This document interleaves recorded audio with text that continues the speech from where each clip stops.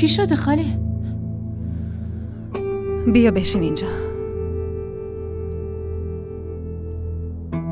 راستش فریده، یه خبر بد دارم.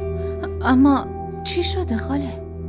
فکر میکردم نیکان زیر لجبازی رحیم نمیره، اما اون قبول کرد. یعنی چی؟ برای خواستگاری جانان رفته پیش پدرت. من باهاش مخالفت کردم، اما گفت نمیتونم پسرمو به خاطرش از دست بدم. حالا دیگه رابطهشون رسمی میشه؟ به آقا اشفاق و جانان بستگی داره. ببینیم جانان چی میگه.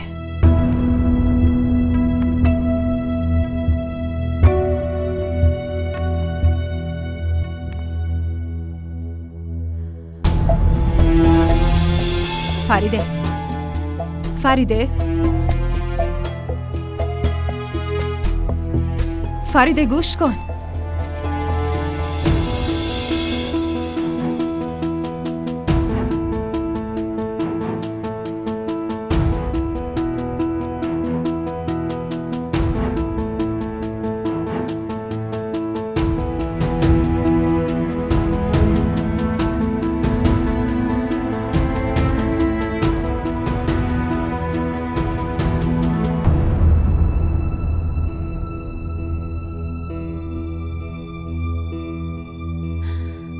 نباید اینطوری بشه، این درست نیست. اما خواستگاری نهایی نشده، باید صبر کنیم ببینیم چی پیش میاد. منظورت چیه خاله؟ خواستگاریشون نهایی بشه چی کار باید بکنی؟ ببین فریده، رحیم اینو میخواست و رحیم از جانان خوشش میاد. الان به نفعمونه که به هر قیمتی نذاریم این خواستگاری انجام بشه. و اگه نتونستیم چی؟ اون وقت فقط یه راه برامون میمونه که هر جور شده نذاریم ازدواجشون انجام بشه و راهی پیدا کنیم که این وصلت رو به هم بزنیم.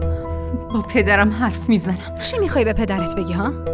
که از رحیم خوشم میاد تا به خواستگاری عمو نیکان جواب رد بده. فایده نداره عزیزم، چون اون وقت بعدش رحیم دیگه با تو ازدواج نمیکنه. پس چی کار کنم؟ بذارم ازدواج کنن؟ اونا جلوی چشمم عروسی کنن و بعدش خوشبخت بشن؟ خاله چطور طاقت بیارم؟ من نمیتونم اینو تحمل کنم. تا وقتی حس رحیم نسبت به جانان عوض نشه اون قانع نمیشه با تو ازدواج کنه.